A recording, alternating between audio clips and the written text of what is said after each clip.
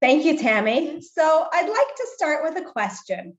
What is the number one reason that people use recreational marijuana? Any thoughts? No? Okay. Well, I will read to you a testimonial from a physician who recovered from a marijuana addiction, lost his medical license, lost his family, a testimonial that appeared on the Massachusetts Medical Society. He wrote, "Though I had experimented with alcohol, I never really enjoyed drinking. Marijuana was a different story. When I was high, I experienced a pervasive sense of calm and clarity. I felt effusive, funny, outgoing, and at ease in a way I had never known before." So what this doctor describes is very common. It's the number one reason that people turn to recreational marijuana. It relaxes them, it relieves stress, it relieves anxiety. And so tonight, I'd like to discuss with you how Halakha approaches recreational marijuana. Does Halakha permit recreational marijuana? Now, I should just emphasize that the topic is recreational marijuana and not medicinal marijuana. If marijuana is being used for medical purposes, then Halakha would approach it just as it approaches any other medication. And so how does Halakha approach recreational marijuana? Does Halakha permit recreational marijuana? And any thoughts? Well, several poskim have weighed in on this topic. Rav Shlomo Zalman Auerbach, Rav Yaakov Ariel, Rav Hanan Aplalo, a dayan from Modi'in Elite, who's written extensively on Halakha and medicine, Rav Eliezer Shlomo Shik, the Maharash, Rav Ezra Basri, Rav Chaim Yosef David Weiss, dayan of Beit Din of Antwerp, and the head of the Satmar community there, as well as the Lubavitcher Rebbe. And they have all prohibited the use of recreational marijuana. However, perhaps the most often quoted tshuva regarding recreational marijuana is the tshuva of Rav Moshe Feinstein, which he published in 1973. And I'd like to read it with you together. Just sharing my screen.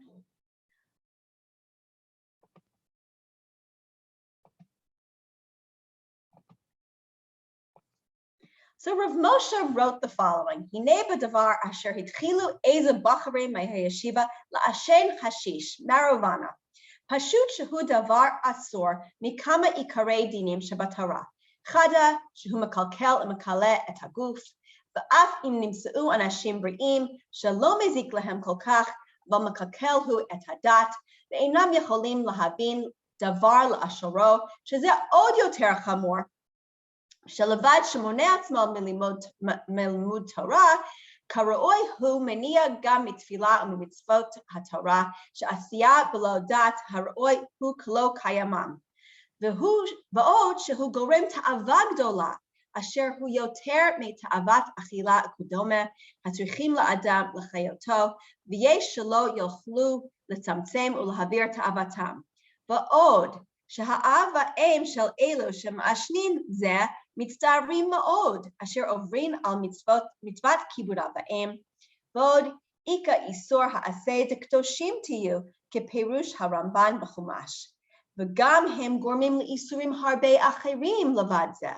סוף דבר הוא פשוט וברור, שהוא מאיסורים חמורים, וצריך להשתדל בכל היכולת להעביר טומאה זו מכל בני ישראל, בפרט מאלה שלומדים בישיבות.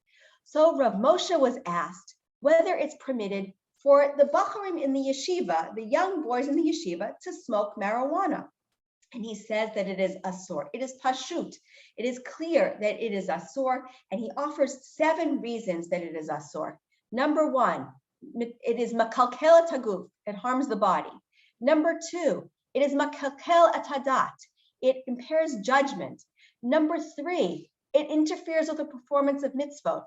Number 4, it is gorem ta'ava gdola. It leads to addiction. 5, it violates the mitzvah of kibud av va'em because the parents of the children who are smoking marijuana will be very upset. 6, it prevents performance of the mitzvah of Kedoshim Tihiyu, the obligation to be holy. And number 7, it leads to the violation of several prohibitions, Isurim Harbe Acherim, which refers to licentious behavior. And he concludes by saying that it is Pashut Ubaror, it is clear and simple, that it is one of the most severe prohibitions, and that we must do everything that we can to remove this impurity from all of Am Yisrael, especially those who are learning in yeshivot. And so recently, there has been a call to reassess Rav Moshe's tshuva. He really struggled to find reasons to prohibit recreational marijuana in 1973, that he only wrote the tshuva in response to the counterculture generation, that the tshuva only applies to the bacharim in yeshiva, to young men, it doesn't apply to the general population, and that we must reassess Rav Moshe's tshuva. Perhaps it's no longer valid.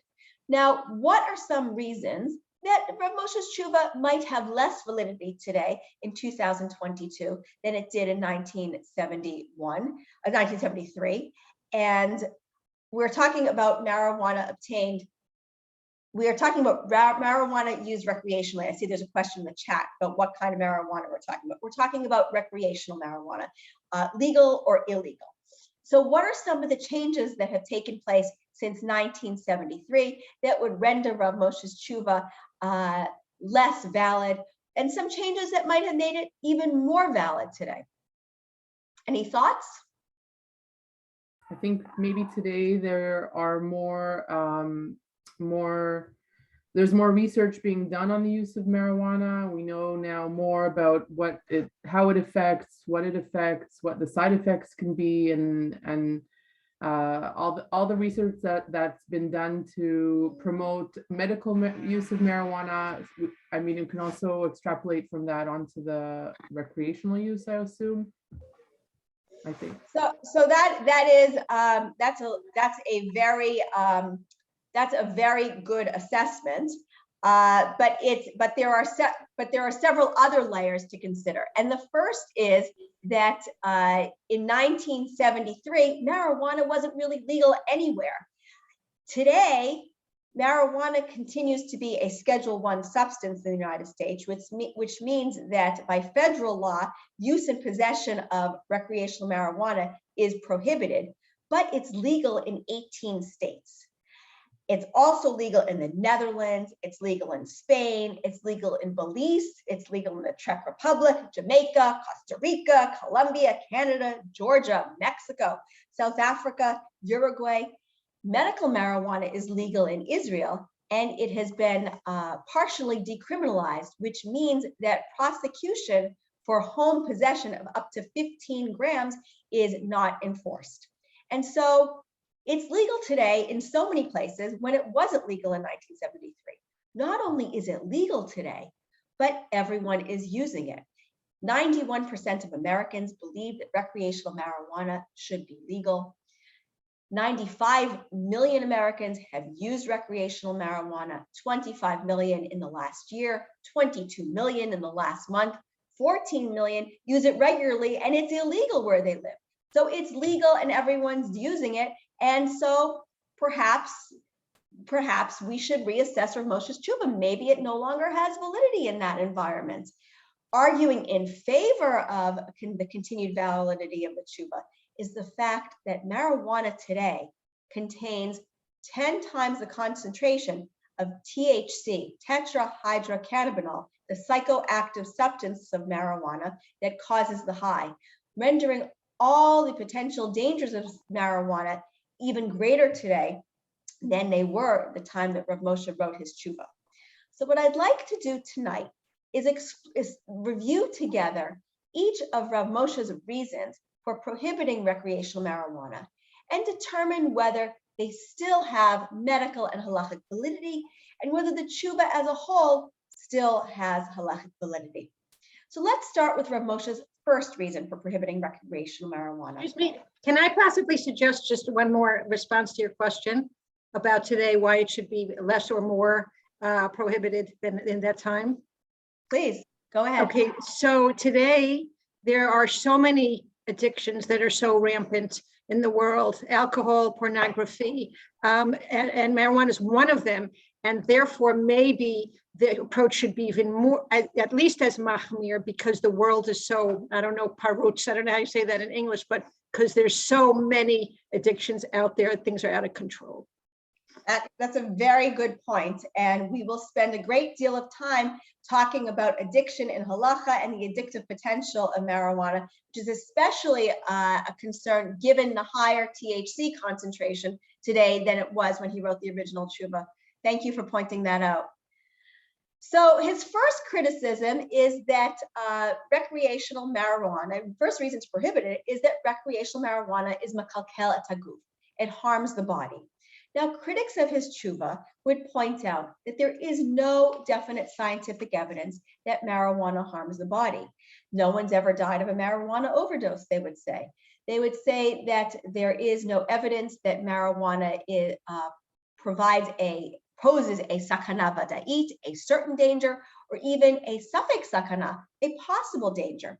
And they would also point out that so many people are using recreational marijuana that marijuana might fall into the category of shomer p'tim Hashem. There's certain risks that society has demonstrated a willingness to accept. And with 94 million Americans using recreational marijuana, it would seem society has demonstrated a willingness to accept this risk, and it might fall into that halachic category, which would potentially permit its use. So are these arguments valid? Well, the medical data that we have regarding the dangers of recreational marijuana are older data and based on lower concentrations of THC. So it's quite possible that the true dangers of marijuana today are even greater than the ones that have been reported previously in the medical literature. We know that that in places where recreational marijuana is legal, the risk of emergency room admissions for marijuana have doubled. In places where marijuana is legal, mental health visits for marijuana related issues have increased 5-fold, and hospital admissions for marijuana related issues have increased 9-fold. The dangers of medical marijuana begin at the dispensary. Only 5% of medical marijuana is checked for safety. People at the dispensary are often giving out medical advice without any medical training. So in the state of Colorado, 70% of dispensaries will recommend marijuana to a pregnant woman who comes in complaining of morning sickness. And we know that marijuana is dangerous in pregnancy. Marijuana impairs coordination and judgment. So the risk of traffic accidents for those who are using marijuana is increased 97%. The risks of traffic accidents related to marijuana in Colorado, where recreational marijuana is legal, have doubled. We don't know what the legal blood level is for THC, at what level one becomes impaired, or how long one must wait after using recreational marijuana to no longer be impaired. There also can be work-related accidents when one uses recreational marijuana. Although people do not die of marijuana overdoses, the critics are correct, it's quite rare. People can overdose from marijuana, can have delusions, paranoia, increased heart rate, nausea, vomiting. Calls to poison control in places where marijuana is legal have increased. So in Massachusetts, calls to poison control for kids who've ingested kids and adolescents who've had marijuana ingestions have doubled. What are the long-term risks of marijuana? So does marijuana cause lung cancer? Well, the answer is maybe. It's hard to tease out because people are often not forthcoming describing their marijuana use. They don't want to confess to using something that's illegal, and very often they're smokers, so that their marijuana use is the risk of marijuana is confounded by the use of cigarettes. We do know, though, that marijuana increases the risk of a very aggressive form of testicular cancer, that in the first hour after using marijuana, the risk of heart attack and stroke increases 5-fold, and that marijuana can interfere with sperm function and affect male fertility. There's also something called cannabinoid hyperemesis syndrome, which is characterized by severe nausea and vomiting, electrolyte abnormalities, kidney failure. This is a phenomenon that was never seen until recently, and now has become much more common in areas where recreational marijuana has been legalized. In Colorado, hospital admissions for this have doubled. About 1 in 3 individuals who use recreational marijuana 20 more days per month will develop cannabinoid hyperemesis syndrome. My husband, who works in Boston in the emergency department, had said he'd never seen this until recently, and now he's seeing it roughly once a day. So the potential harmful effects on the body of recreational marijuana is the reason that Rav Shlomo Zalman Auerbach and Rav Chaim Yosef David Weiss of Antwerp prohibit the use of recreational marijuana. But even if one argues that there's no definite scientific evidence that marijuana harms the body, the very possibility that marijuana is harmful would be enough from a halachic perspective to prohibit its use, because the Ramah has taught us that chamirach sakanta me'isura, that a prohibition is that a danger is even more severe than a prohibition. Yesh lachush yoter l'safek sakanam l'safek isur. We rule more stringently on a possible danger than we do over a possible prohibition. And so if the mitzvah to guard our health is biblical in origin, and marijuana creates an uncertain risk to our bodies, then we're dealing with a safek d'oraita, an uncertainty of a biblical nature. And we know that when we have an uncertainty of a biblical nature, we rule more stringently. And so even if there's a possible danger for recreational marijuana, we would rule more stringently against its use. What about the claim that recreational marijuana is so popular, so many people are doing it, and it's legal, that it falls under the halachic category of shomer p'tim Hashem? God watches over the simple. This is a halachic principle that is cited throughout Shas, in Nida and Masechet Shabbat. The Gemara asks, why is a woman allowed to become pregnant? After all, there's danger associated with becoming pregnant. And the answer is shomer p'tim Hashem. God watches over the simple. Yes, there's certain dangers that society has demonstrated a willingness to accept, and that is why women are allowed to become pregnant. That's why we cross the street, even though there's inherent danger to crossing the street. And so with 94 million Americans smoking marijuana recreationally, doesn't that indicate a willingness to accept the risks of recreational marijuana? And just to sharpen the question, I will share with you a personal anecdote. My mother is, I see my mother on the Zoom, who is enjoying very much the picture that I'm displaying. So this past summer, we had the joy of being in Boston and visiting with our family, which we hadn't seen a very long time. And we stayed in the hotel so that nobody would get sick from us and get COVID. You can see the blue banner here. And right next door was the Brookline Savings Bank, where our family, where I had the bank accounts and my parents have a bank account. And this building is an architectural landmark. Actually, you can see inside, it has a beautiful rotunda. But it no longer functions as a bank. It now functions as a marijuana dispensary. And as you can see, the huge lines form 5 feet wide, all the way down Boylston Street, winding around. It could potentially wind all the way up to Maimonides School, which is up on the hill. And people wait all day to get their recreational marijuana. They stand in the rain, and there's a police officer watching them. The police officer isn't there to arrest them. He's there to protect them and make sure that they get their recreational marijuana. And so with 15,000 people lining up in Brookline, every week to get recreational marijuana. Doesn't that prove that Shomer P'tim Hashem applies to recreational marijuana? We're willing to accept the risks. And to sharpen this question even further, here they are getting their marijuana in the Brookline Savings Bank. To sharpen the question further, though, I'd like to read with you Rav Moshe's tshuva from 1981 on cigarette smoking, where he defines the parameters of Shomer P'tim Hashem. And in this tshuva, he answers a question posed by Rabbi Dr. Fred Rosner, the chairman of hematology and oncology at Queens General Hospital, who asked whether Halakha permits one to smoke cigarettes.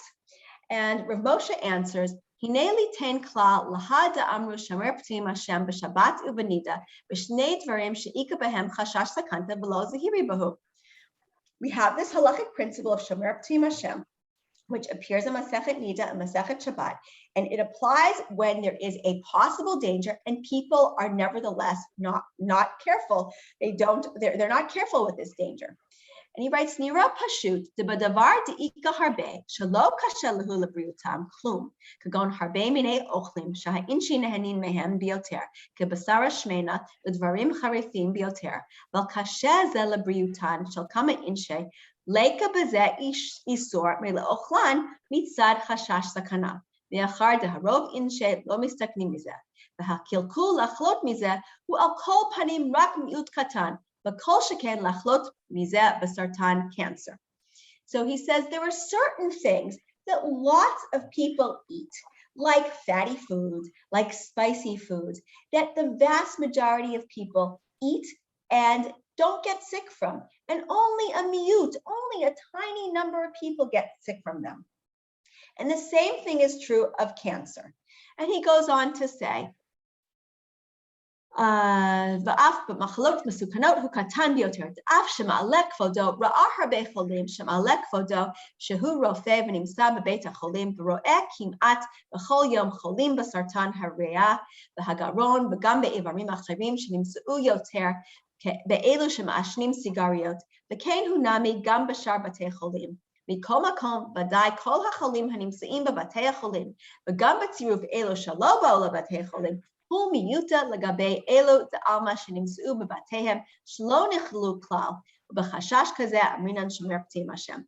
He says, with all due respect to Rabbi Dr. Rosner, he has a skewed perspective. He works in a hospital. He is the chairman of a cancer hematology oncology department.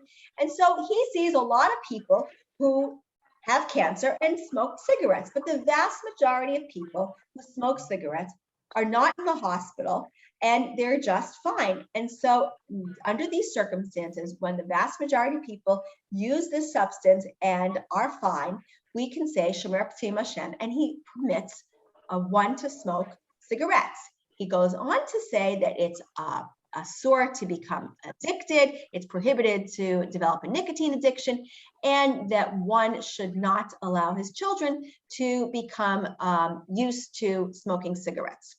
And so this tshuva is a very important tshuva for our conversation regarding recreational marijuana, because number one, it defines the parameters of Shomer P'tim Hashem and suggests that when the vast majority of people use a substance and they do not get sick, and society has demonstrated a willingness to use this product, Shomer P'tim Hashem may apply, and perhaps Shomer P'tim Hashem could apply to recreational marijuana. Given the large number of people who are using it, everyone's using it, and it's legal. In addition, Rav Moshe permitted smoking cigarettes in 1981. However, in personal conversations that I was zocha to have with his son-in-law, Rabbi Moshe Tendler Zatzal, Rabbi Tendler explained to me that Rav Moshe today would most certainly not have permitted permitted cigarette smoking. He would have prohibited cigarette smoking, and that his tshuva was based on the information that they had at the time. The tobacco companies had deceived the public, and based on what we know today, he would have prohibited it. And this is also what his son, Rav David Feinstein, has written. And so we see that as the medical and scientific realities evolve, poskim will reassess their position and reassess their tshuva. And it raises the possibility that perhaps Rav Moshe, based on the legal, social, medical realities of recreational marijuana, could potentially come to a different conclusion today if he were asked.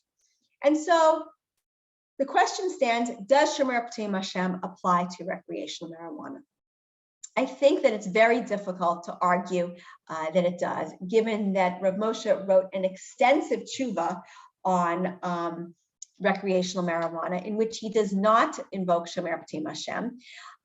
In addition, he gives 7 reasons why recreational marijuana is prohibited. In another tshuva that he wrote in 1973, when he talks about the permissibility of, talks about the role of Tay-Sachs testing prior to marriage, he strongly endorses Tay-Sachs testing and does not rely on Shomer P'tim Hashem. He does not say, no need to test, we can rely on Hashem to protect us. In fact, he suggests that to not test is closing your eyes to what's before you, and suggests that Shomer P'tim Hashem does not apply when there's a danger that can easily be averted. And the dangers of recreational marijuana can be easily averted by not using it. In addition, even if Shomer P'tim Hashem applies, allowing us to accept the dangers of the physical harms of recreational marijuana, that would not permit us to violate the other prohibitions associated with recreational marijuana, such as Kedoshim Tiyu, the obligation to be holy, and Kibud Ava'im. And Shomer P'tim Hashem would not apply to 2 very specific populations, pregnant women and adolescents. So more than 2/3 of pregnant women who use recreational marijuana believe that it's safe to do so. And 2/3 of them also say that if marijuana were legalized, recreational marijuana were legalized in their area, they would use even more of it during pregnancy. The THC content of meconium has risen dramatically in areas where recreational marijuana is legal, suggesting that pregnant women do not understand, are not familiar with the dangers of recreational marijuana. And in fact, marijuana can be quite harmful to a pregnancy. It can lead to low birth weight, it can lead to hyperactivity, cognitive difficulties, and several other problems. What about in adolescence? So roughly 9 million individuals between the ages of 12 and 25 use recreational marijuana, and 29% in the last month. And increasingly, adolescents believe that recreational marijuana is not dangerous. And all the statistics I just quoted you are pre-COVID. The National Institute for Drug Abuse has recently reported that recreational marijuana use in adolescents has skyrocketed since COVID-19. And it's much more common in college students right now than even alcohol use. And that's because of disruptions to school, disruptions to work, and prolonged periods of isolation. And so the American College of Obstetrics and Gynecology, the American Academy of Pediatrics have all warned against recreational marijuana in pregnant women and in adolescents. In addition, the US Surgeon General has stated that no amount of marijuana use during pregnancy or adolescence is known to be safe until and unless more is known about the long-term impact. The safest choice for pregnant women and adolescents is not to use marijuana. Now, this is a very powerful statement, and it actually has halachic significance. In 1982, the Tzitz Eliezer, Rabbi Eliezer Waldenberg, wrote a tshuva regarding cigarette smoking and ruled that it was asur, it was prohibited. In that tshuva, he defined the parameters of Shomer P'tim Hashem. And he said it was completely absurd to say Shomer P'tim Hashem applies to cigarette smoking because the there were thousands of studies that revealed the medical risks of cigarette smoking, and the US Surgeon General had issued warnings against cigarette smoking, and governments had outlawed cigarette smoking, and we have the labels that appear on cigarette products that also state that the Surgeon General warns it is dangerous to use cigarettes. And so these warnings from the Surgeon General regarding recreational marijuana in the pregnant and in adolescents would invalidate any claims that Shomer P'tim Hashem applies to recreational marijuana. In addition, even in the places where recreational marijuana is legal, it is illegal for anyone under the age of 21 to use marijuana. And one cannot claim Shomer P'tim Hashem applies to recreational marijuana in populations where its use is prohibited. So Shomer P'tim Hashem could not possibly apply to the under 21 population. What about Rav Moshe's argument that recreational marijuana is mekalkel et hadat? It impairs cognition. So critics of Rav Moshe's tshuva would argue that recreational marijuana does not interfere with, does not impair cognition, that it has, whatever effects it has are temporary and resolve after one finishes using it. And if there are long-term effects, they improve cognition.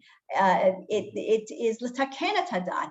It opens the mind up to new vistas, which could offset any negative effects of marijuana, and that marijuana relieves tension.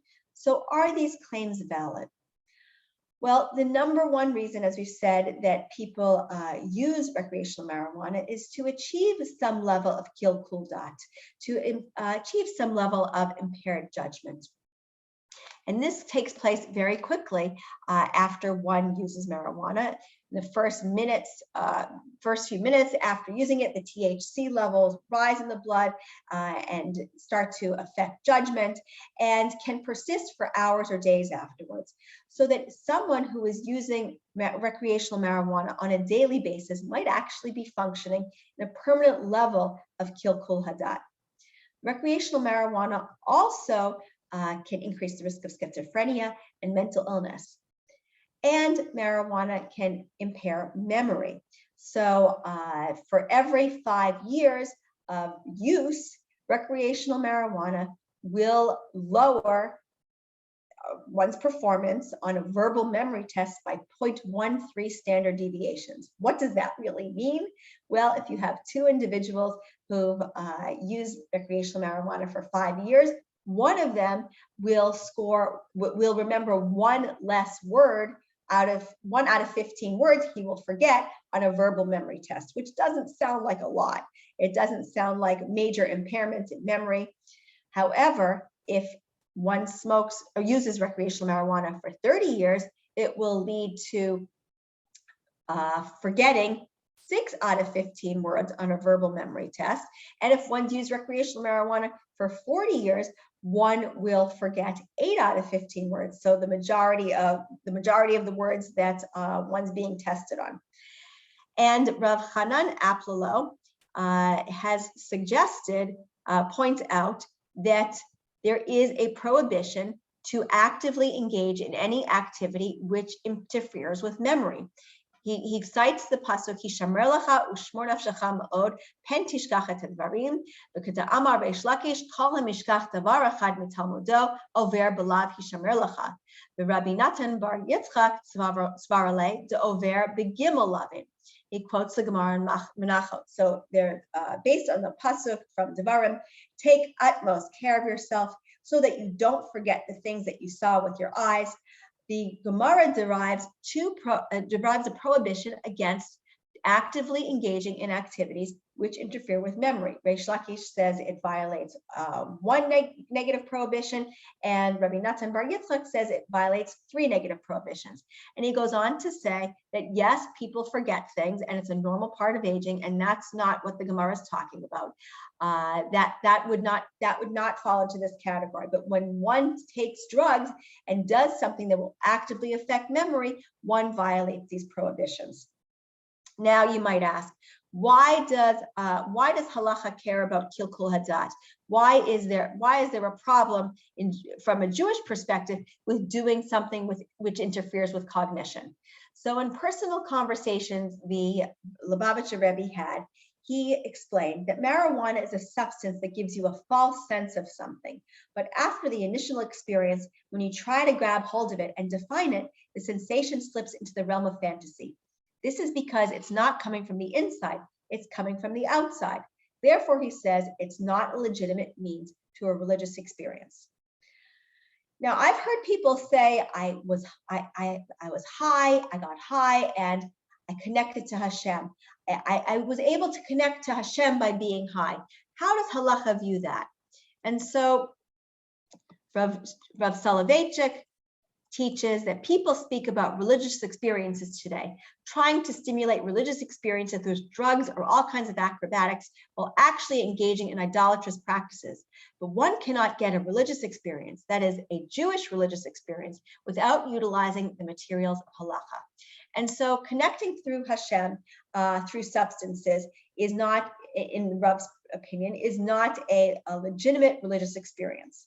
But the obvious question that you're thinking, I'm sure, is, hello, we connect to Hashem through wine. We make Kiddush and we connect, and that is how we, the Kadesh Shabbat, that is how we connect to Hashem.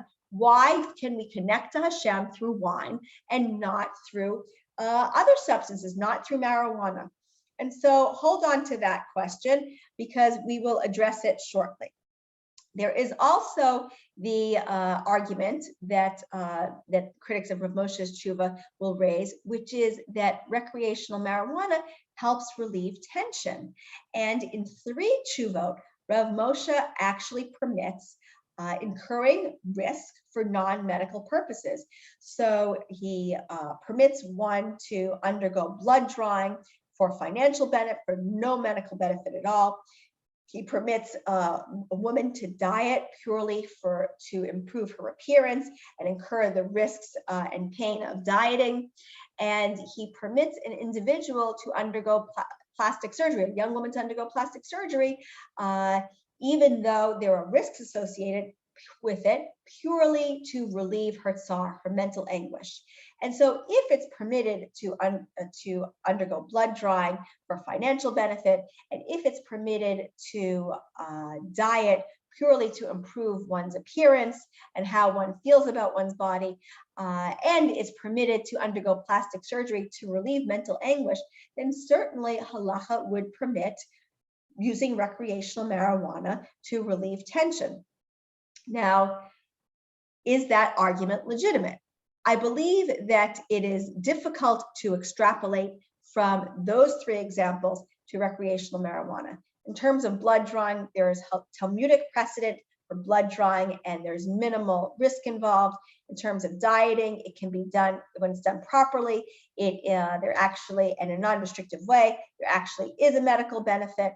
And when it comes to plastic surgery, we're talking about a one-time risk to permanently improve to permanently relieve oneself of mental anguish. And he says it's l'tovata. Rav Moshe says it's l'tovata. When it comes to recreational marijuana, one incurs a risk every time one uses recreational marijuana for temporary relief of anxiety as a coping mechanism.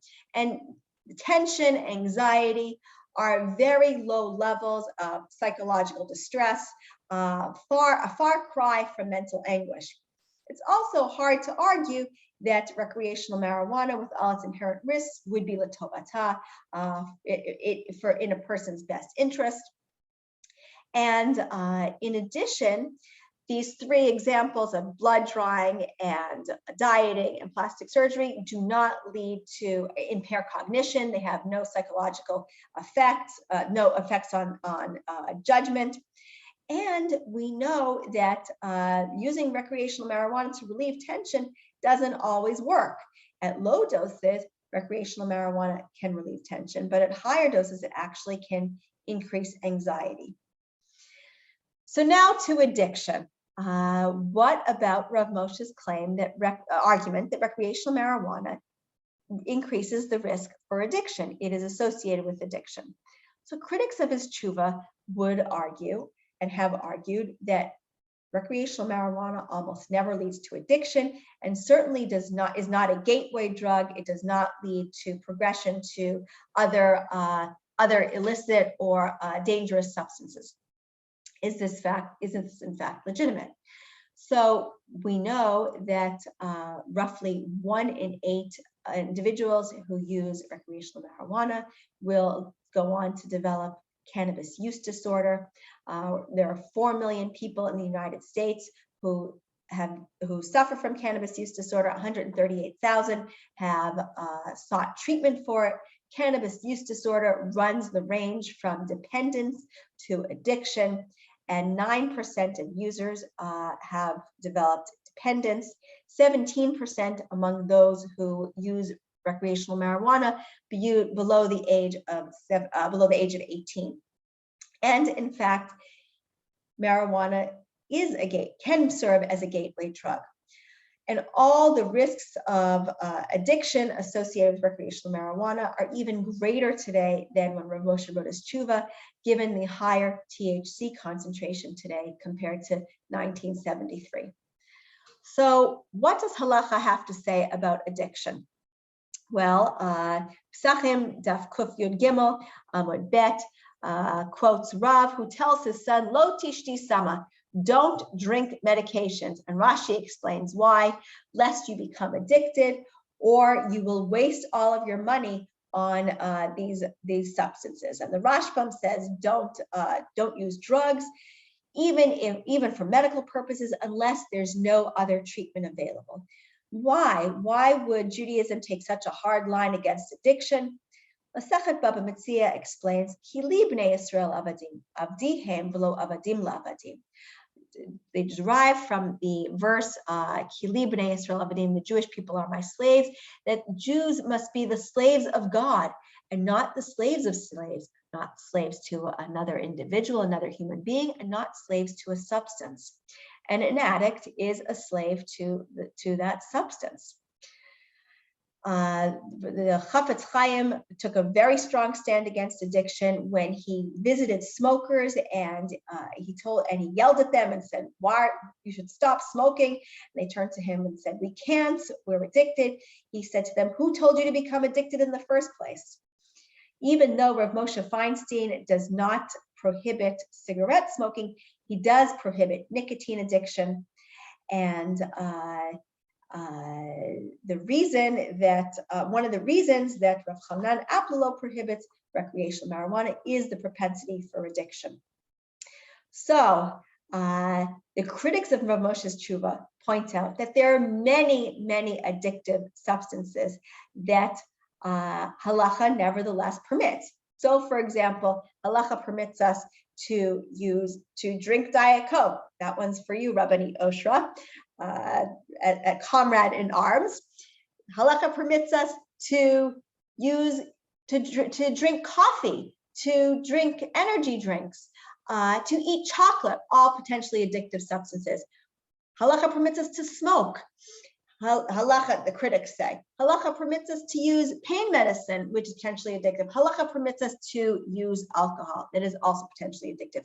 Why single out recreational marijuana and permit all of these other substances? And so the answer to this is multifactorial and multi-layered. When it comes to things like energy drinks and Diet Coke and chocolate and coffee, these are not substances that increase the risk of traffic accidents or emergency room visits and do not carry a DSM diagnosis with them. When it comes to cigarettes, virtually all poskim prohibit cigarette use. Pain medicine, Halacha permits pain medicine, but only for pain relief, not to get high. And what about alcohol? Halacha has a very complicated relationship with alcohol. So while Halacha permits us to use alcohol, Halacha does not permit us to become intoxicated, with the exception perhaps of Purim. And so the Rambam writes, Kol hamishtaker harei choteh umegoneh umafsid chachmato. Anyone who becomes drunk is a sinner and contemptible and brings about the loss of his wisdom. He also teaches,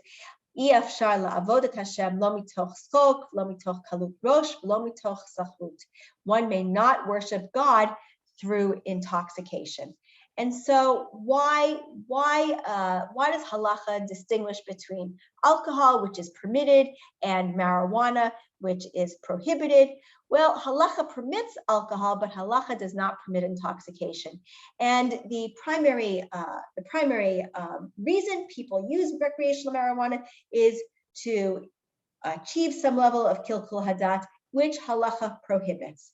In addition, another major difference is that, with the exception of Arab countries, alcohol is legal in most areas, whereas in many areas, marijuana, recreational marijuana, continues to be illegal, and using it would violate dina m'debalchuta dina, the halakhic principle that the law of the land is the law of the land. One must follow the law of the presiding government, which would prohibit the use of recreational marijuana in places where it's illegal.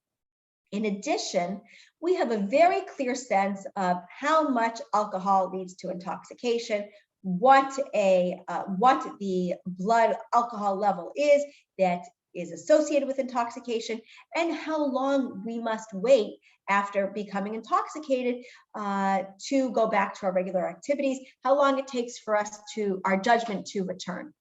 But we don't have that information when it comes to recreational marijuana. We don't know what level, what the blood THC level is that reflects intoxication. Some have said 5 nanograms per milliliter, which one can achieve very quickly after just 5 puffs of marijuana. And we don't know how long it takes to come back to normal after that kind of intoxication. And one is very unlikely to reach intoxication after just 5 sips of Kiddush wine. So these are some of the reasons that Halakha might approach recreational marijuana differently than alcohol. What about Rav Moshe's argument that recreational marijuana interferes with the mitzvah of kibud av va'em? Now, critics of Rav Moshe's tshuva have pointed out that the tshuva was only written for the bacharim in the yeshiva. It was only written because the parents of the students were embarrassed and so upset that their children were using marijuana recreationally. And so the tshuva is limited to that population. Now, even if that is the case, 9% of 8th graders have used recreational marijuana, 24% of 10th graders, 36% of 12th graders, and these numbers are pre-COVID. They're likely even higher today. And so we're still talking about a sizable population in whom this would violate kibud av va'em. In addition, however, critics of Rav Moshe's tshuva point out that the mitzvah of kibud av va'em only pertains to matters that directly relate to caring for a parent. It relates to making sure the parent is fed, making sure the parent has something to drink, has clothing, has a place to sleep, taking them in and out, but does not relate to things that cause a parent emotional distress. However, Yalkut Yosef points out that causing a parent emotional distress violates the obligation to fear one's parents. So another difference between today and 1973, when Rav Moshe wrote this tshuva, is that a greater percentage of parents would not be upset if their child occasionally used recreational marijuana. Back in 1973, not only 9% of parents wouldn't be upset. And today, 17% say that they would approve if their child were using recreational marijuana. And so for those parents, there would be no issue of kibud av va'em. Nevertheless, though, the vast majority of parents still would not approve of their child using recreational marijuana.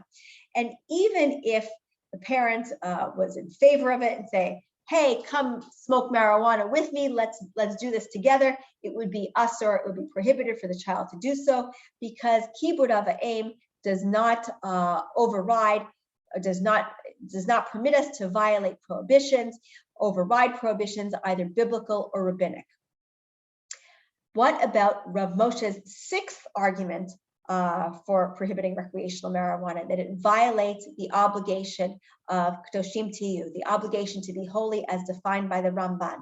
So the Ramban teaches that Kedoshim Tiyu, that one could follow all of the dictates of the Torah and be lecherous with his wife, or wine guzzling alcoholic, and Kedoshim Tiyu prohibits these behaviors. And so critics of Rav Moshe's tshuva argued that Kedoshim Tiyu doesn't apply here because recreational marijuana does not cause any harm. However, when Rav Yaakov Ariel was asked by the boys in the yeshiva, tell us, Rav, where in the Torah it teaches us that recreational marijuana is asur, he wrote, Heicha nasra haTorah la'ashen chashish, hatshuvahi Kedoshim Tiyu. Kedoshim Tiyu teaches us that recreational marijuana is prohibited. Kedoshim Tiyu instructs us, teaches us that it is prohibited to be naval b'reshut haTorah, to follow the dictates of the Torah, but not the spirit of the Torah. And so, in the absence of Kedoshim Tiyu, one could be ever so careful as a vintner and make sure that he follows the laws of Tevel and Orla and in Shvit, and growing his grapes, and only hire Jewish workers who don't work on Shabbat, and then take the wine home and sit at his table and drink to excess until he vomits all over the table. And without Kedoshim Tiyu, that behavior would be permitted, but Kedoshim Tiyu prohibits that. And so he goes on to explain that Ishun Samim שפירושה הסתלקות מחיי ההכרה או פעילות ריאלית לעולם של דמיון ושל היעדר האחריות, הוא ללא כל ספק מעשה הנוגד את דרישת התורה קדושים תהיו. That smoking marijuana, that using marijuana recreationally which removes the individual from a life of consciousness and responsibility, violates the mitzvah of Kedoshim Tiyu. What about Rav Moshe's final argument for prohibiting recreational marijuana, that it violates many other prohibitions, which is a reference to it's leading to licentious behavior, to promiscuity. So the connection between recreational marijuana and promiscuity is biblical. The Ramban and Midrash Rabbah ask, how is it possible that the women of Midian were able to seduce the Jewish people and get them to worship Baal Peor? And they answer that they did this through wine. They got them drunk. But the Osri Legefen explains that actually they prepared grass. They prepared marijuana, and the men smoked the marijuana, and it caused them to hallucinate, and they were no longer able to distinguish between right and wrong, and they engaged in promiscuity and violated lo taturu and al tifnu al ha'elilim. And we know that recreational marijuana continues to be associated with risky sexual behavior, and the connection is even greater today given the higher THC concentration of recreational marijuana. Now, the critics of Rav Moshe's tshuva point out that the tshuva was really only written in response to the counterculture generation of the 1970s, and that today recreational marijuana has become mainstream, and so it no longer applies. But if you recall, at the end of Rav Moshe's tshuva, he stated very clearly that it applies to all people, all of Am Yisrael, specifically the Bachrim in the yeshiva, but all of Am Yisrael. So it would seem that Rav Moshe's reasons for prohibiting recreational marijuana still have halachic and medical validity, and the tshuva still has validity as a whole. But we don't know. And ideally, we would turn to Rav Moshe and say, B'chvod Rav, Did you struggle to find reasons to prohibit recreational marijuana? Did you write the tshuva just for the bachurim in the yeshiva? Was it a reaction to the counterculture generation?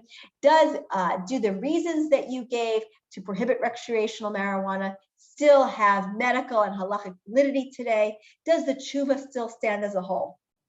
Unfortunately, we can't ask him because he's not alive. But I did the next best thing. I turned to his son-in-law, Rabbi Moshe Tendler, Zatzal, and asked him and posed these questions to him. And this was his answer. Of all his tshuvot, this one I thought was innocuous. I did not see anything to object to except the exact language that he used, which made it sound more forbidden than the world had accepted. It is forbidden. Of all his responses, he was saying what is believed to be a universal truth. To become addicted, Rav Feinstein held, was giving up part of your willpower. To become addicted to anything is a violation of halacha. It is forbidden to become addicted to any drug. All addiction is bad for you, and some addictions are worse than others, especially addictions that impact the physiological system. The inability to satisfy the addiction has led many people in desperation to do other forbidden acts, like stealing from relatives. Therefore, the reality is that those people who use recreational marijuana are addicted. They have to go to great lengths to break that addiction. That is Isur number one. Number two, there are medical side effects that are recognized by most authorities. Rav Feinstein was convinced that this is dangerous. I do not think that there is any disagreement among people who have studied the field in a professional way that it is harmful to an individual. Now, marijuana specifically, there is enough in the literature to say it has specific cerebral or mental effects which may be impairing an individual long after he stops the addiction. Those are the main reasons that Rav Feinstein held it as asur. I don't understand why there is any serious analysis of his words that leads to another conclusion. And so Rabbi Tendler stated that the tshuva still stands. One, because marijuana has potential for addiction. Two, it harms the body. And three, it harms the mind. When I asked him if it just applied to the bachurim or the culture generation of the 70s, he said no. He held it to be universal and timeless. In September 2017, Rabbi Yonah Reese, the Av Beit Din of the Chicago Rabbinical Council, as well as several distinguished Chicago rabbis, issued a statement in response to the legalization of recreational marijuana in the state of Illinois, reaffirming Rav Moshe's tshuva that recreational marijuana is illegal because it leads to addiction, harms the body, and harms the mind. And so, yes, recreational marijuana is legal and everyone is using it. However, the 7 reasons which Rav Moshe gave prohibiting the use of recreational marijuana continue to have halachic validity, as well as the tshuva as a whole, especially in light of the rising concentration of THC in recreational marijuana. So I thank you for your attention, and I'm very happy to take questions. Sharon, should we start with the questions on the chat? Yes, I'm looking. Okay, so haven't been covered. Okay. For all these, why isn't smoking cigarettes is asur? The one person asked, for all these reasons, why isn't smoking cigarettes asur? It is asur. Rav Moshe never formally prohibited it. However, as I explained, if his family believes that if he were asked today, he would prohibit it, and virtually all modern poskim prohibit the use of cigarettes. How does this compare to recreational alcohol drinking? So again, if it leads to intoxication, Halacha would prohibit it.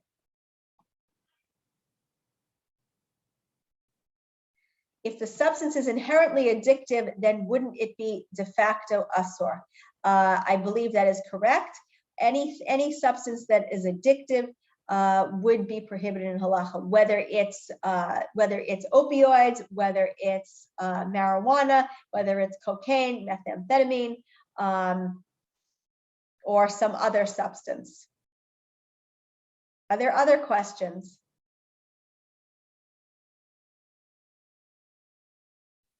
Yes, I wrote it in the comment in the chat. all 7 isurim that Rav Feinstein gave for marijuana, they seem to one-to-one apply to recreational alcohol drinking. The same, all 7 of them work equally to that, it seems. I believe you're correct. And in fact, in my conversations with Rabbi Tendler, I said, well, what about alcohol? And he said, who's told you it's okay to get drunk? So it certainly applies. Yeah, it seems to be more widely accepted among God-fearing Jews. Yes, and that is a problem. And it's a topic for another shiur. Maybe if I can say something that you just hit on, that it seems to me the bigger problem is that there's this whole need to fill this void, and that whether you're talking about yeshiva bacharim or, you're addressing a religious audience here or a religious connected audience here, that why aren't the Yom Tovim and the Zmiros of the Shabbos table and all that filling this void? I mean, there's so many things. I guess I was a little put off by your comparison to the statistics of how many Americans are using it or aren't using it. I mean, you could say the same thing about probably promiscuity and premarital, relationships and all kinds of things. And the whole idea, I mean, Kedoshim Tihiyu is that we have, relationships, but within a marriage and within Paras Mishpacha, and that Judaism is supposed to allow every taiva in an appropriate way. And the fact that we're even talking about, for simplicity's sake, is marijuana kosher or not? I mean, does it have a hashgacha? Did you check it for bugs? It's like, why are we even, unfortunately, going there to, certainly Rav Moshe should have said, what's wrong with this yeshiva that I'm getting this question from, that these boys have time, money, and inclination for this? So I agree, that could be a whole different topic, but that's really what struck me from, I guess I thought this was going to be about the medical marijuana, and to hear that the whole discussion was about the recreational marijuana really threw me. Well, you just a comment, not a confrontation, just a comment. But you raise a lot of food for thought, the larger hashkafic issue of, why is this taking place and what void is it filling, and what is our responsibility as parents, as educators, as a community to address this problem. Yeah. But thank you. It was very, very, all your mikorot, all your sources were very insightful. Thank you. Can I just hook off onto Rivka's last comment and question? It's just also with that, we understand, and it's obvious, and the shiur has really covered lots of aspects of the dangers, etc. But recreation is also recreation. So you could also extend that and say, like, yeshiva bochum then shouldn't have an outlet of sport. I'm saying, I think that here the line is drawn where it's dangerous. But so is, and by the way, I'm like, dead against it myself. But what about Formula One racing? It's dangerous as well, but it's an outlet. So for Yeshua Bachur went to Rav Moshe Feinstein and said, can I, take a high-speed car and move around a track for an hour? What would his answer be? So actually, it's funny that you mentioned that, because just tonight I was listening to Rav Tendler give a shiur that he gave less than a year ago. And in it, he quotes Rav Moshe's tshuva regarding playing football. And Rav Moshe actually, Rabbi Tendler talked about different levels of risk and, what's permitted and what's not permitted. And is it permitted to skydive? And is it permitted to bungee jump? And is it permitted to play football? And so he quoted Rav Moshe, who wrote a tshuva that it actually is permitted to play football. And so even though there's inherent danger associated with it. However, Rabbi Tendler pointed out that today we now have data that very few football players make it to the end of their career without having extensive concussions. And there was a movie called Concussion documenting this. And football has become, we now know that there's inherent danger in football. So sports are good, and it's a healthy outlet, and it's part of Mini Shmartem, both for our goof and for our neshama. and for our nefesh, but there are certain things that are dangerous, and perhaps football would not be what we would want the bacharim to do in their free time, but there are many other potentially healthy outlets that would fall under the category of v'nishmartem even for them to engage in.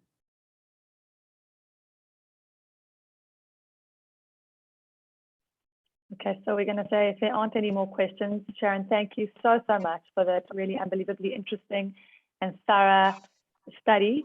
And thank you all so much for participating. As was asked in the chat, will there be a recording? Of course, anybody who signed up will receive a recording. And have a wonderful evening. And thanks again, Sharon. Thank you. And labriut. Everyone should be healthy and well. And refuah shlema to all those who are sick right now.